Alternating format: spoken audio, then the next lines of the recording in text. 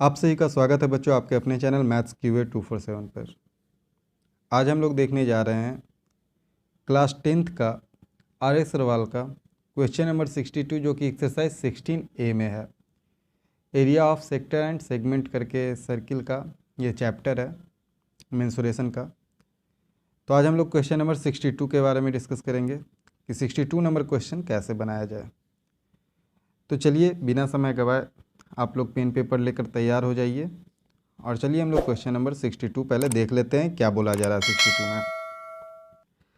सवाल में बोला जा रहा है बच्चों, इन द गिवन फिगर, ये जो फिगर आपका दिया हुआ है, ठीक है, टू कॉन्सेंट्रिक सर्किल्स। अब पहले कॉन्सेंट्रिक सर्किल के बारे में जान ले। अगर एक ही सेंटर से दो सर्किल को अगर ड्रॉ किया जाता है तो उसी को कॉन्सेंट्रिक सर्किल बोलते हैं, ठीक है। With centre O having radii 21 and 42। जो छोटा वाला जो रेडियस है वो क्या है 21 है और जो बड़ा वाला रेडियस है वो क्या है 42 है। If angle A O B ये आपका 60 डिग्री गिवन है, ठीक है, ये एंगल आपका 60 डिग्री गिवन है। Find the area of shaded region, तो आपको साइडेड रीजन का एरिया फाइंड करना है। ये आपका साइडेड एरिया है, ठीक है। एक्चुअली फिगर ड्रॉ करने हैं मेरे से, साइडेड रीजन मैंने नहीं कर पाया था, ठीक है। तो ये आपका साइडेड रीजन है, इसी का आपको एरिया फाइंड करना है, ठीक है बच्चों। चलिए तो हम लोग इसको सॉल्व करते हैं। तो एरिया ऑफ साइडेड रीजन क्या हो जाएगा बच्चों, theta dash upon 360 into pi are square minus are square. हमने बड़ा जो ये जो बड़ा वाला जो रेडियस है उसको कैपिटल आर से डिनोट किया है, ये छोटे वाले रेडियस को स्मॉल आर से, जो कि बड़ा वाला रेडियस क्या है आपका 42 गिवन है और छोटा वाला आपका 21 गिवन है, ठीक है। यहाँ तक आप लोगों को कोई दिक्कत नहीं हुई होगी। अब आप करोगे ये थीटा डैश कहाँ से आया। ये थीटा डैश के लिए मैं बता दूँ आपको कि ये एंगल अगर 60 दिया हुआ है, ठीक है, AOB, तो ये जो रिफ्लेक्स एंगल, मतलब कि जो एंगल नहीं दिया हुआ है उसके बारे में बोल रहे हैं, रिफ्लेक्स ऑफ एंगल AOB।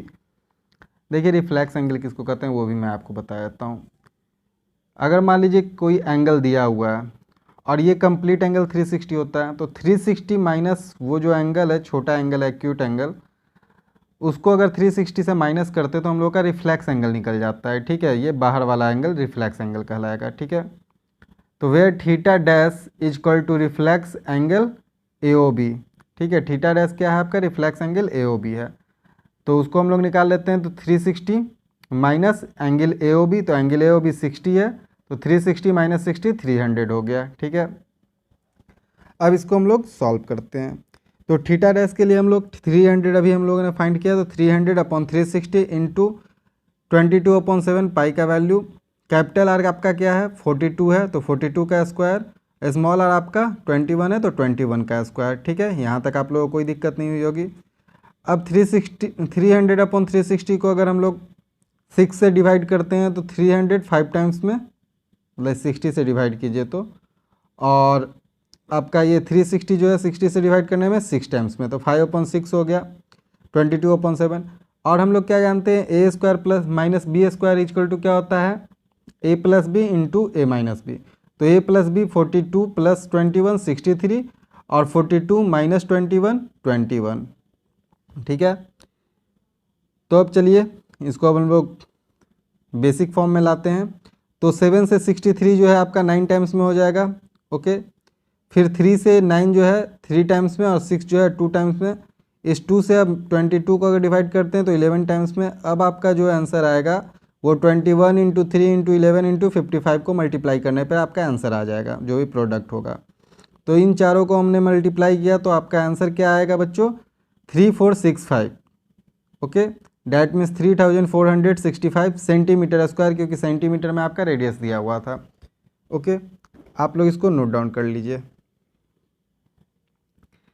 और अगर आप इस तरीके से नहीं बनाते हो, किसी दूसरे तरीके से बनाना चाहते हो, ठीक है, कि ये पूरे सर्किल का एरिया निकाल करके ये वाला जो है एरिया हम लोग माइनस करते हैं उससे निकालना चाहते हो, तो उसका मैं तरीका बताता हूँ। सेम आप यहीं पर आइएगा, ठीक है। तो उसका तरीका हम लोग देख लेते हैं।